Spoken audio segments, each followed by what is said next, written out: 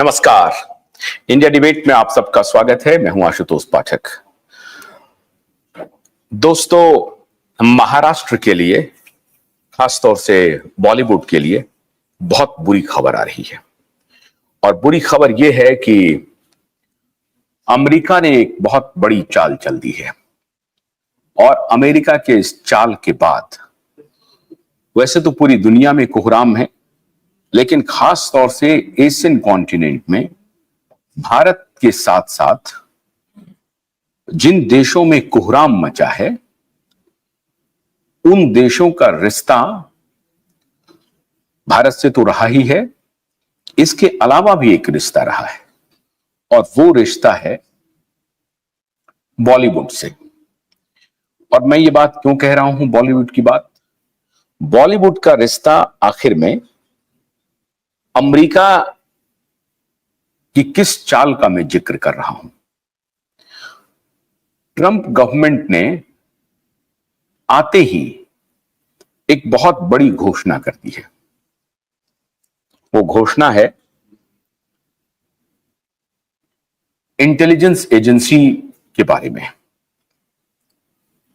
तुलसी Gabbard एक महिला हैं और लोग तो कहते हैं भारतीय मूल की हैं, लेकिन वो भारतीय मूल की मुख्य रूप से नहीं है, लेकिन गीता पर, हरे कृष्णा हरे रामा भजन पे, इस पर उनकी बड़ी आस्था है। और गीता पर जो उनकी आस्था है, इसके बारे में तुलसी गबार्ड कई बार पब्लिक फोरम पे अपना वक्तव्य दे चुकी हैं।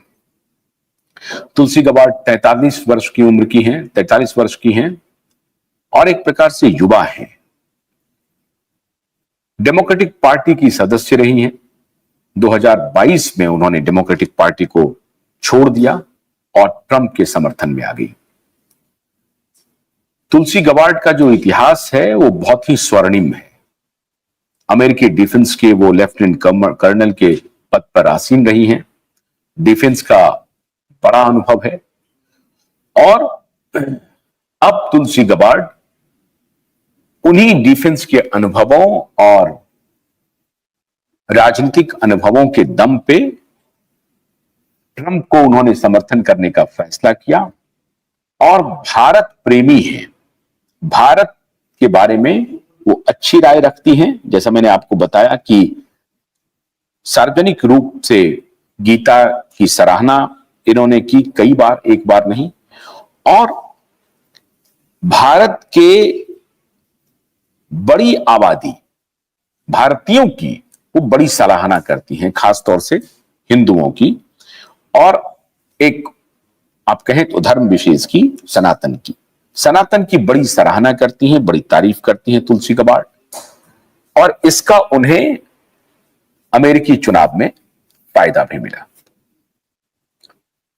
अभी हाल ही में उन्होंने कहा कि बांग्लादेश में जो कुछ भी घटनाएं घटी हैं, जो सत्ता परिवर्तन हुआ है और बांग्लादेश में जो हिंदुओं के खिलाफ नरसंहार हुआ है, उसके बारे में उन्होंने बहुत खुले रूप से अपना रुख स्पष्ट किया।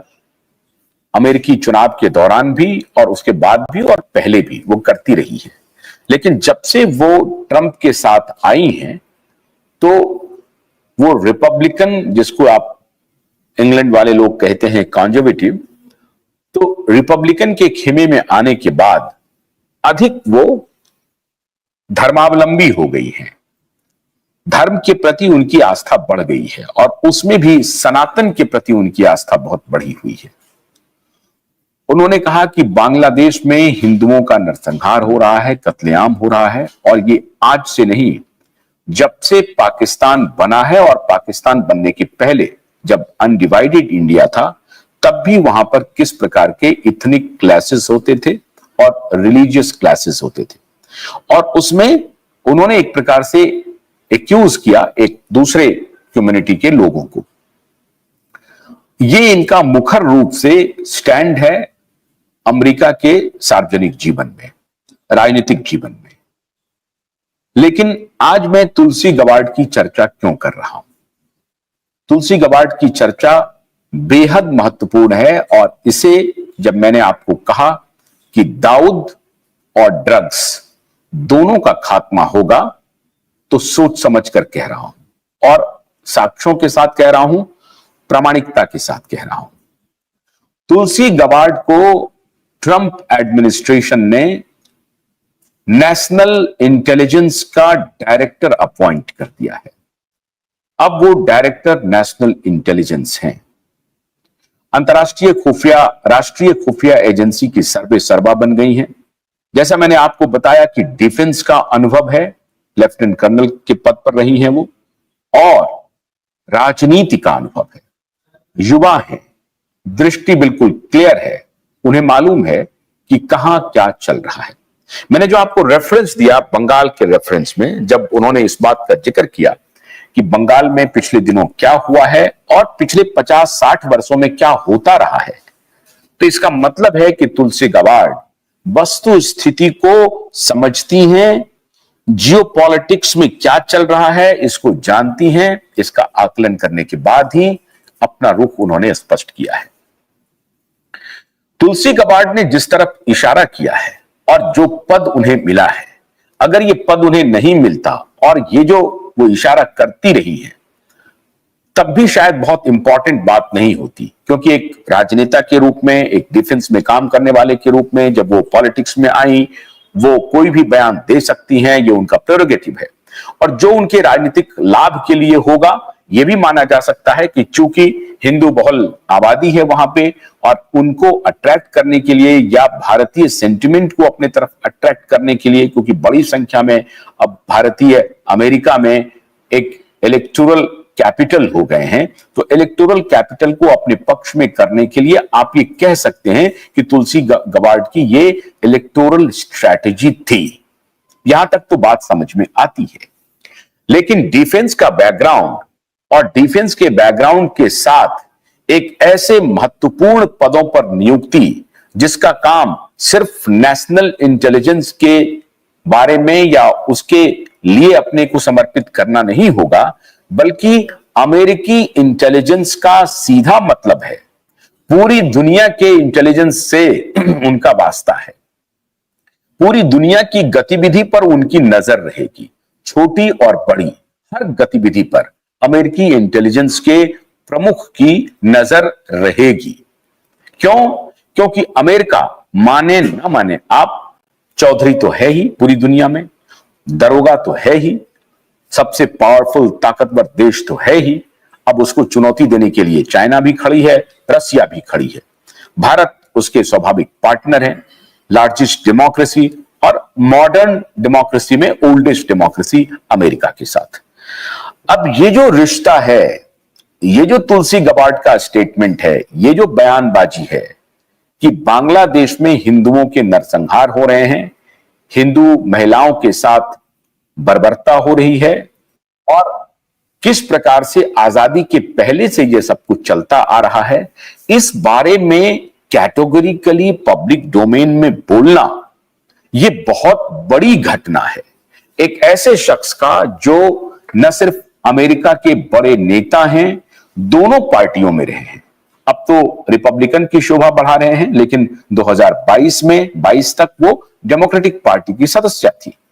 अब वहां से इस्तीफा दे करके रिपब्लिकन में आकर के और फिर पब्लिक डोमेन में इस तरह का रुख स्पष्ट तौर से रखना, इसका मतलब है कि उनको मालूम है कि गड़बड़ी का परेशानी वो डायरेक्ट एड्रेस कर रहे हैं। वो लुआब में नहीं जाते हैं, किसी लिप सर्विस में नहीं जाना चाहती हैं, स्ट्रेट अवे जहां प्रॉब्लम है उसको वो आइडेंटिफाई कर रही हैं और उस पर अपना रुख स्पष्ट कर रही हैं।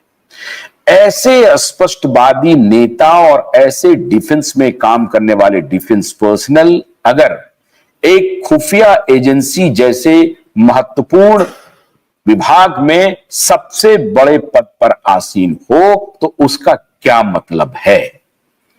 आपको मालूम होगा कि भारत में पिछले कम से कम 40-50 वर्षों से, तो बिल्कुल मान के चलिए 40-50 वर्षों से भारत में पाकिस्तान एक नासूर बना हुआ है भारत के लिए। और पाकिस्तान अफगानिस्तान के रास्ते ड्रग, नकली नोट, हथियार, इसकी अदायगी करवाती है। इसका एक प्रकार से खेप पहुंचवाता है भारतीय मानस में और भारत में लोगों को तैयार करता है कि किस प्रकार से भारत में अस्थिरता फैले, पॉलिटिकल इंस्टेबिलिटी हो, सोशल इंस्टेबिलिटी